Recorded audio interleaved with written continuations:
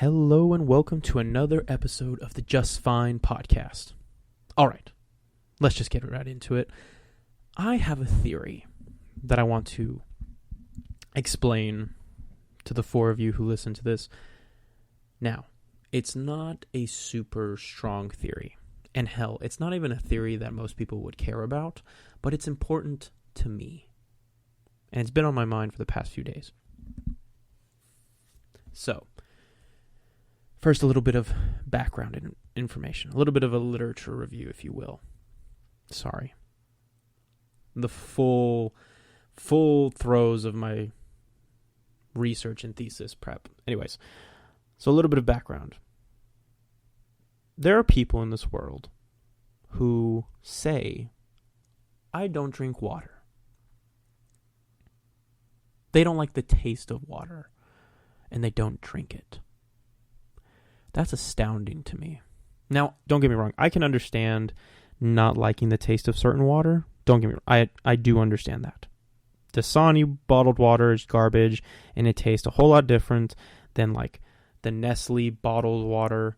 That tastes a whole lot different than like Ozorka bottled water, and that tastes a whole lot different than tap water. I get it. All different types of water have different tastes. Me, I'm partial. I love tap water. It's free. It's easy. I love it. It's just very... And plus, plastic is bad for the environment. Save the turtles, y'all. Anyways. But there are people in this world that some I'm friends with, some I've just met, that say they just don't drink water. They drink Gatorade. They drink tea. They drink lemonade. They drink soda. They drink anything except water. And I do not understand that. Because whenever I meet someone... Let's say you listening, you tell me, we meet one day and you say that you don't drink water.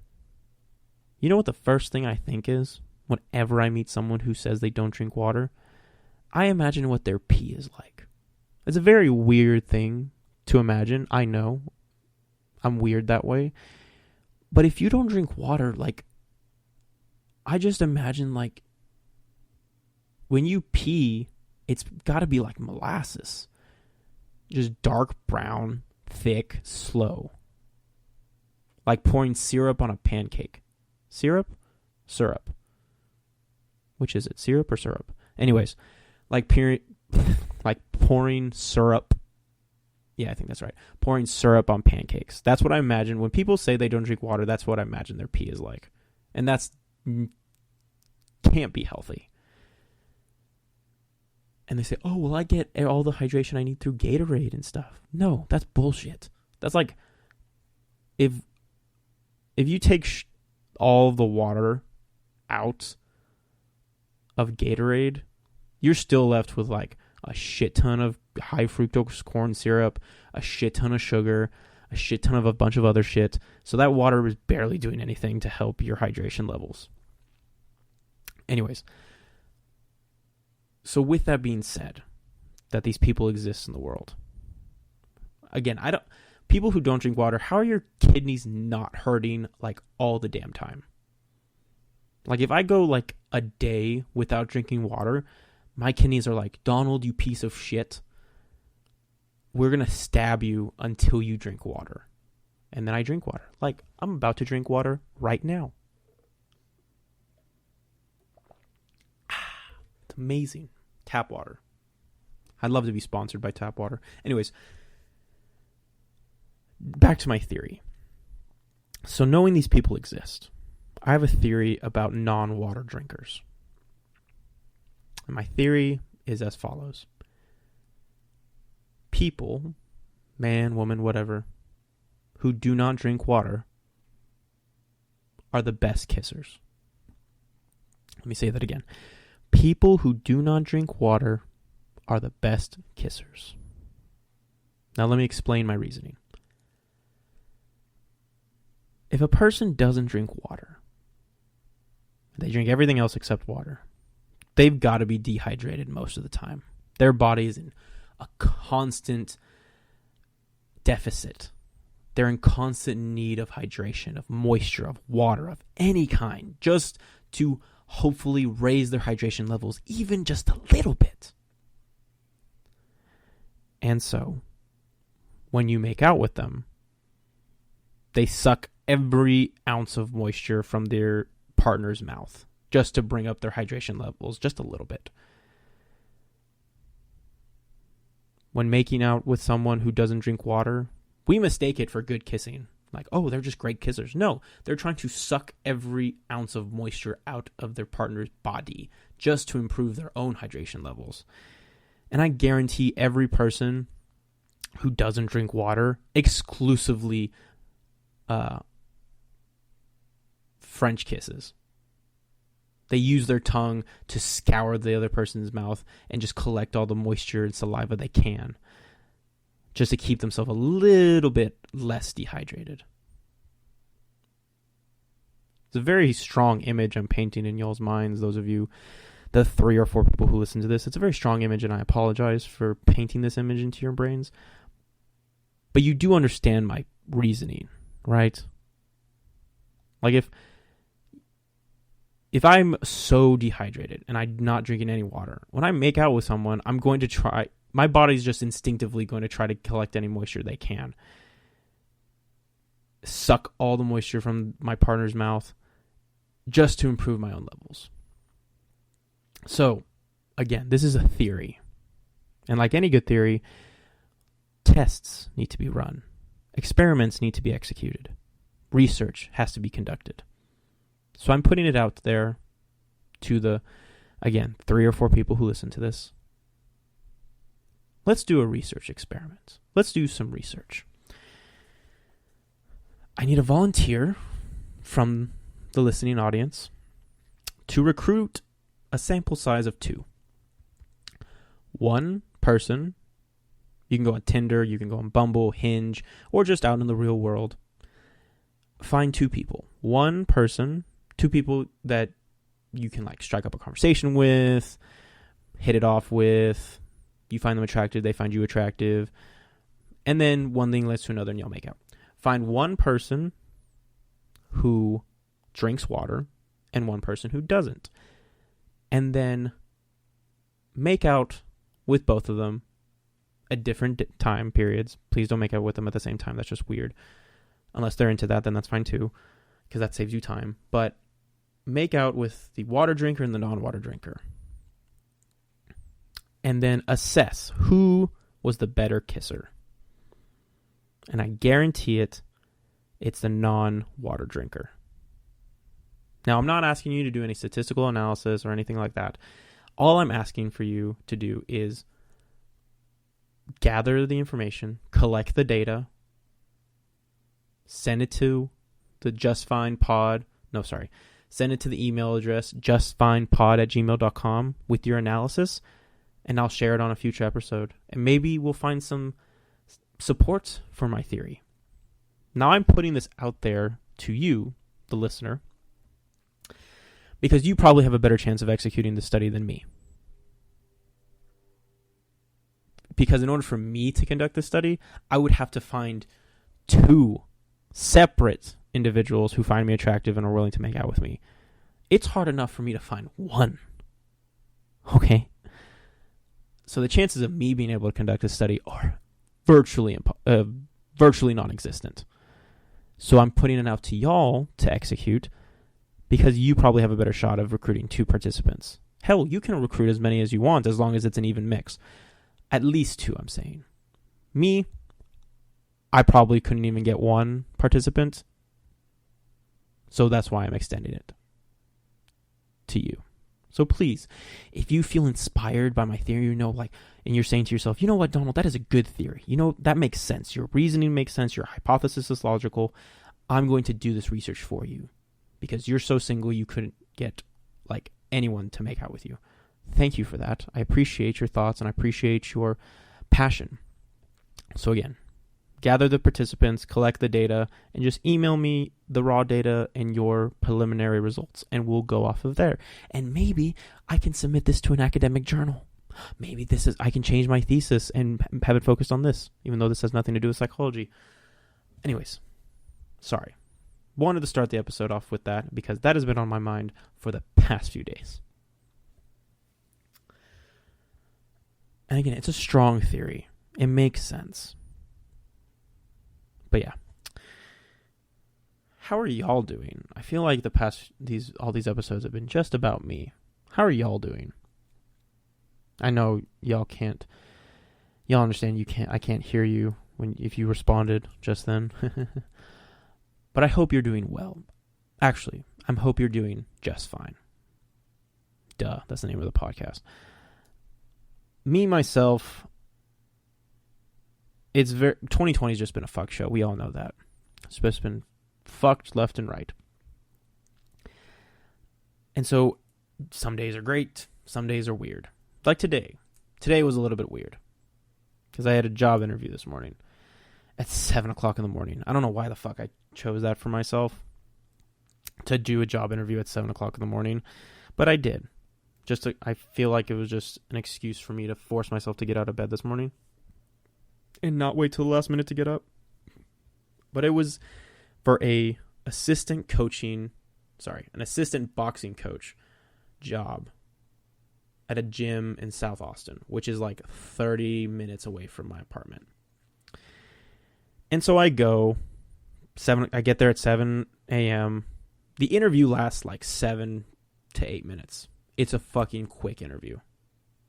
Like, I thought it lasted a lot longer than it did, but then I looked at my watch when I walked out, and it was like barely any time. It was like 7:10. And so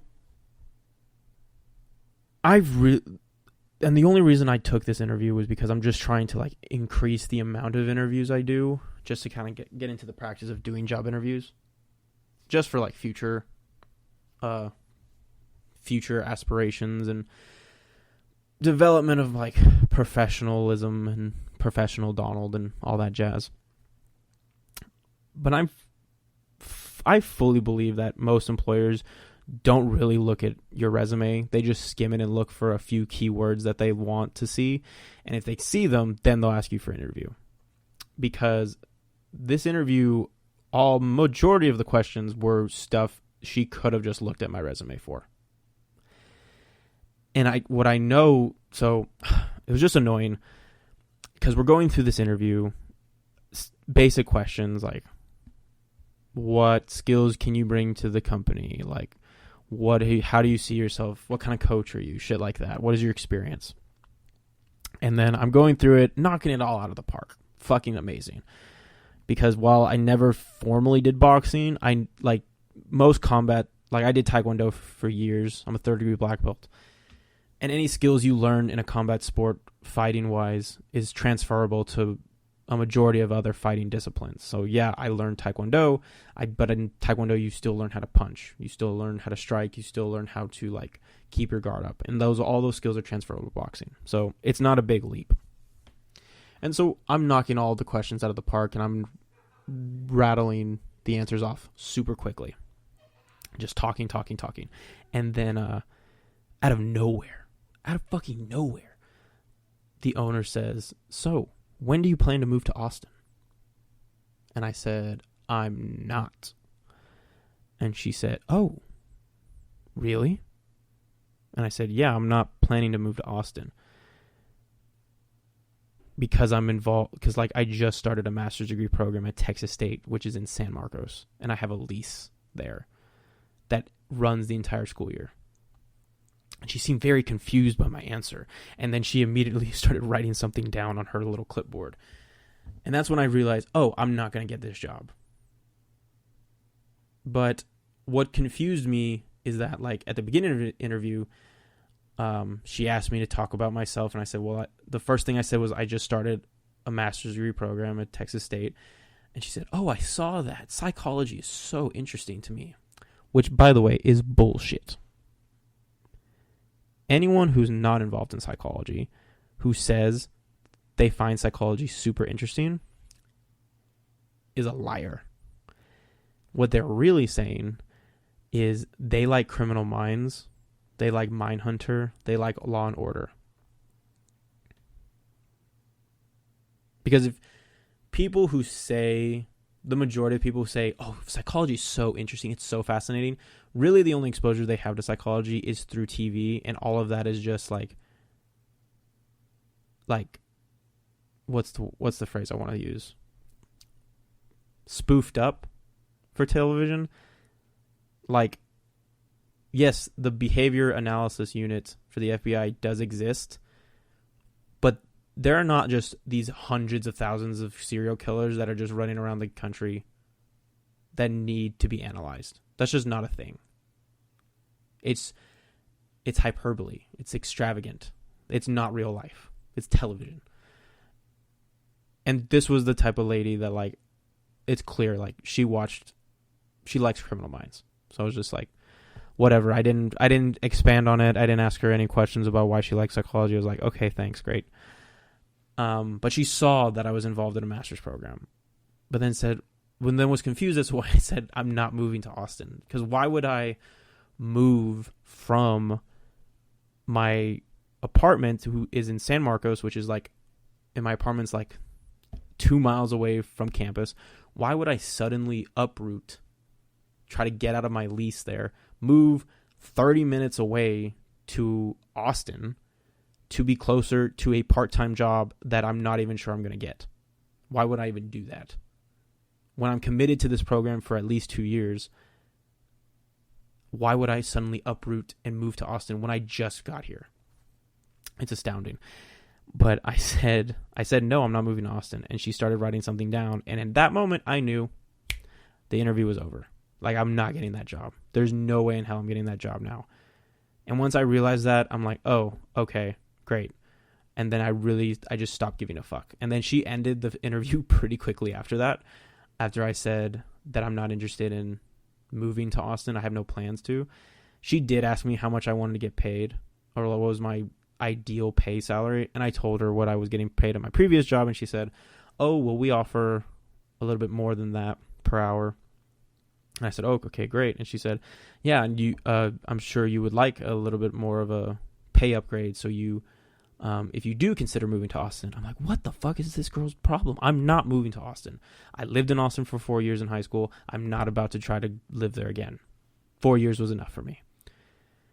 And that just threw me into a pissy mood for the rest of the day. Because it was just weird. Like, why would you assume, like, it showed on my resume where I live. Why would you assume I would move to a completely different city away from my current circumstances just to be close to a part-time job that is then with no guarantee that I'm actually going to get it?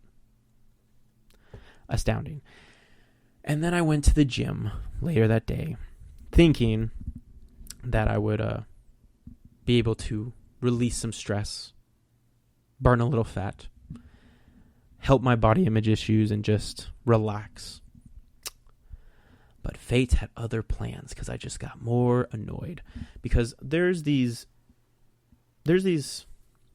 archetypes that you see at the gym, no matter what gym you go to. And I have a special name for one of the archetypes I see. There's obviously like the fitness couples with like the girl who pretends to not know how to work out just so her boyfriend can like show her and do like really hands-on and show her each movement. And the dude in that relationship is always some douchey dude with like a bro tank and like a flat brimmed cap turned backwards and like Nike high, like shin high Nike socks and slides, and like he's super like scrawny even though he thinks he's built. That's one archetype. I'm not going to talk about them. There's also one that I call the middle-aged chicken. The middle-aged chicken. Now, it probably doesn't make sense what I'm saying right now, but it will when I explain it. So, at any gym you go to, you will see a middle-aged chicken. A middle-aged chicken is a man, obviously middle-aged, who's balding, but's not ready to accept that he's balding. Knock on wood that I don't get bald. Knock, knock, knock. And he gets a haircut and buzz cut in such a way that it's just super short, so you can't tell that he's balding. Knock, knock, knock, knock on wood. But this man, he's middle-aged. He's a little bit heftier. He wears a dry-fit sleeveless shirt, not a dry-fit tank top. That's an important distinction. A dry-fit sleeveless shirt. So just think of a dry fit shirt and just take off the sleeves at the seam. That. A very odd looking piece of clothing for anyone. He wears basketball shorts and tights underneath his shorts. And then big ass Jordans. And he has like fingerless gloves. He claims a whole squat rack to himself and spends a majority of his time taking pictures. But I call them the middle-aged chicken. Because if you imagine a chicken is pretty hefty up top. Got a pretty hefty upper body. That's where all the muscle is. That's where all the meat is. Got a big chest. Got big wings, big arms, whatever you want to call them. But then fucking pencil-thin legs. And that's exactly what these guys look like. They have huge chest, huge arms, huge gut, huge back. But then it's like putting a marshmallow on top of 2 toothpicks. Like taking a marshmallow, stabbing 2 toothpicks on one of the flat sides of the marshmallow, and then standing it upright. That's what they look like. Marshmallow top, toothpick legs. And it's always interesting to me. Like, I figure if you have that big of an upper body, your legs have to develop some muscle on them and look a little bit thicker just to support your upper body. Otherwise, you're going to be walking around like a newborn deer. Oh, dear. Oh, that reminds me. I can't forget that. Walking around like a newborn deer who just got born. Like wobbly and shit. So I called them the middle-aged chickens, and they always annoy me because then they have like a middle-aged chicken call to each other. Like if 2 middle-aged chickens see each other in the gym, they call to each other. It's very fascinating to watch. Should be featured on the National Geographic channel. But it's like if 2 middle-aged chickens in the gym see each other, I won't say mating call, but like their call to each other. It sounds a lot like this. Hey, yo, man. What's up? You hitting the gym? Yeah, trying to get big. All right, have a good one. You too. That's all it is. That's literally what it sounds like every fucking time. I wish whenever I go to a gym, actually, I wish this for any social setting I go to, just to avoid getting annoyed. I wish I could just put on a cone, like the kind of cone that you put on your dog or your cat. That way they don't scratch themselves if they have stitches or whatever. I wish I could just put one on so I don't have to look at other people at the gym. Like I don't get super self-conscious. I just don't like seeing other people acting stupid at the gym. And like some personal trainers annoy me, but I'll save that for another day. But when I was driving home from the gym, it was dark. It was like 8 o'clock-ish. So it's nighttime now.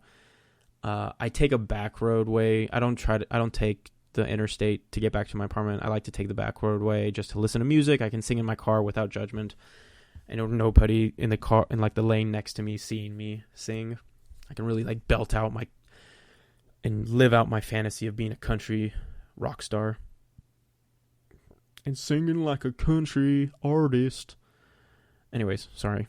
Didn't mean to make your ears bleed with that little bit of me singing.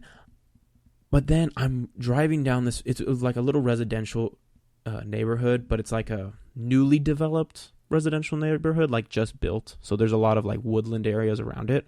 And a fucking deer crosses in front of my car. The first time I've seen a deer in this city since I've moved here. Scared the fuck out of me. And again, really ballsy of this deer. Like these deer are not afraid of me or my car. It crosses the road in front of me, staring at me the whole goddamn time. Eyes do not fade away. Eyes do not look away. It continues to doesn't even look to the other side of the road, in the other lane coming the opposite direction to see if another car is coming that could hit it. Just stares at me the whole fucking time. Walks slowly across the road, staring at me, and then disappears into the tall grass. Fuck deer. Okay? I thought that I wouldn't have to see, because San Marcos is a pretty, like, I won't say it's like a metropolis, but like it's pretty like city, like, and then to see a fucking deer and this deer not give a fuck about me or not, or like know that I'm afraid of it, like deep down sense my fear radiating out of my car. It was just like the perfect end to a weird day. But yeah, let's not end there. Let's move on to our new favorite segment, Damn Good News with Donald. Sorry, I gotta get better at singing if I want to make this a thing. But yeah, it's time for Damn Good News with Donald. So, let's see what's in the news. Ooh. Man whips out his penis tattoo in first date's restaurant. Okay. A woman on first dates was left mortified when her date got his penis tattoo out in the middle of the famous restaurant. Other diners in the restaurant got a glimpse of Welshman Riss, I guess that's his name, Riss, member when he whipped it out, presumably in hope of impressing his date, Nikita, with his ink. That is ballsy. Ballsy. Because he pulled out his dick. Get it? That's funny. For some unknown reason, Riss has the words "lucky girl" tattooed on himself. Okay, let's just stop here. There's so many questions. First of all, does he not have like pain receptors or nerves in his dick? Like, I assume, like any person, that getting a tattoo anywhere near your dick has got to be fucking painful. Not to mention a little bit anxiety producing. You're literally letting someone with a fucking needle machine, stab that area, that very sensitive area, repeatedly. That's terrifying to me. How he's able to withstand that for an entire tattoo, I'll never understand.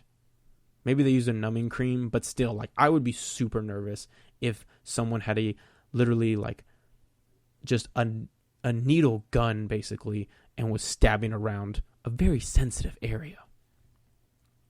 And then the arrogance to get the words "lucky girl" on your dick, to think that the thing you're packing is so impressive that any girl is lucky to be around it, so lucky that you have to get it written on you. And then the lack of understanding to pull it out in the middle of what looks like a very nice restaurant, to just say, you know what, this is a first date. It's going pretty well, but I know how to knock it out of the park. I'm going to undo my pants. I'm going to pull out my dick. Because this girl is lucky to be on a date with me. Like, what is going through this guy's head? He jumped out of his seat in the crowded restaurant, saying, "Let me check first." While he reached for his zip, waitress Cece asked him, "What are you checking for? Are we good down there? Everything okay?" Trying to show it off to Nikita, he showed it to her, saying, "See, it says lucky girl on it." Both Nikita and an unlucky man who sat behind them looked shocked at the sight. Oh, that poor man. If I'm that dude, I'm demanding that this television program pay for my meal. Because if I'm trying to have dinner... Because what if that dude was on a date too? And I'm trying to eat, getting to know this date, and I look over, and the dude at the table next to me is pulling out his dick in the middle of the restaurant. I'm demanding that this television show pay for it. And back to this dude. You know you're on TV. And the BBC doesn't censor shit. It shows dicks like all the time. Why did you think that was a good idea? To pull out your dick.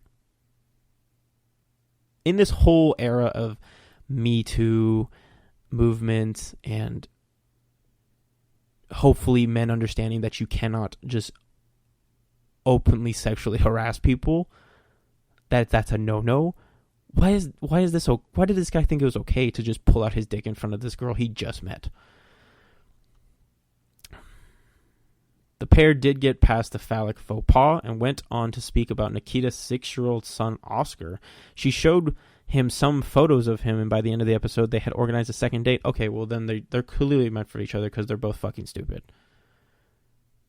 If you're on a date with a dude and he pulls out his dick in the middle of the restaurant and you're okay with that enough to go on a second date with him that will likely not be televised, you're a fucking idiot.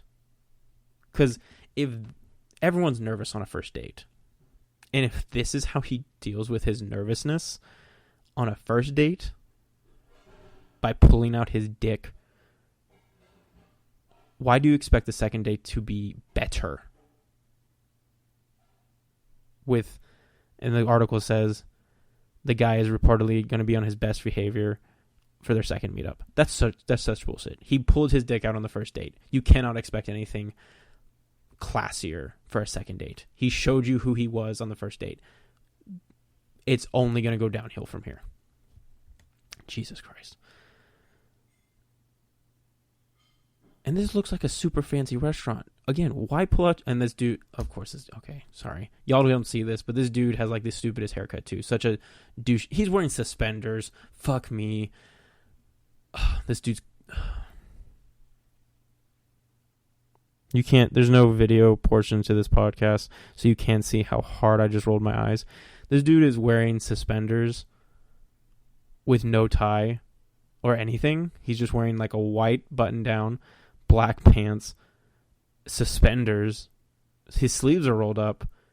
He pulled out his dick. And like, he has like... I don't want to say like a Nazi haircut, but like the sides and the back of his head are completely shaved and he just has hair on top. That's such a dumb look, especially with suspenders. Fuck this dude for his outfit choice and pulling out his dick in the middle of the restaurant. Oh my God, that was disappointing. That was fucking upsetting for me.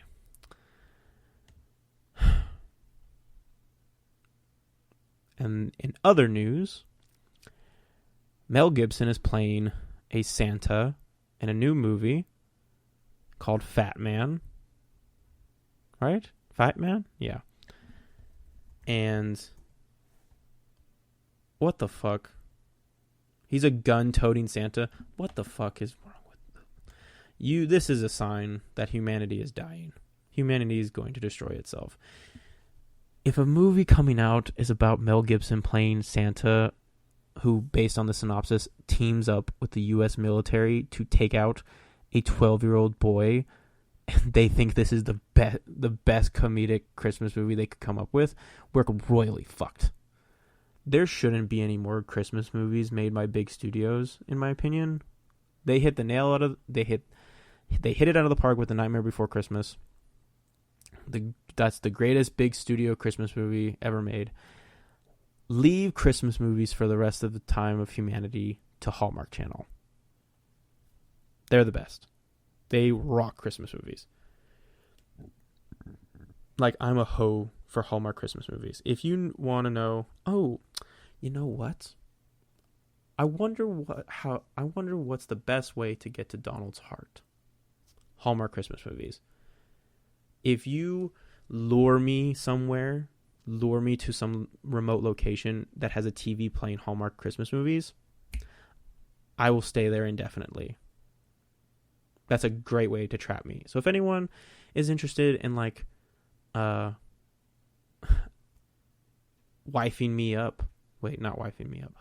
me up and thinking, how can I get Donald to marry me?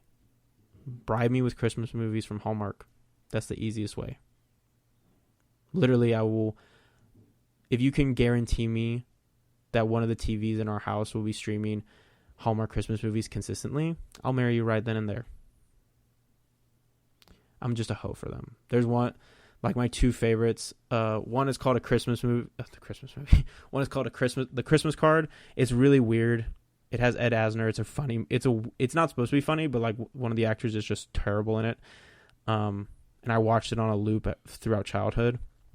But then there's another Hallmark Christmas movie with Brandon Routh, who was like Superman and Superman Returns. He was in Scott Pilgrim versus the World. He's in a Hallmark Christmas movie called The 9 Lives of Christmas.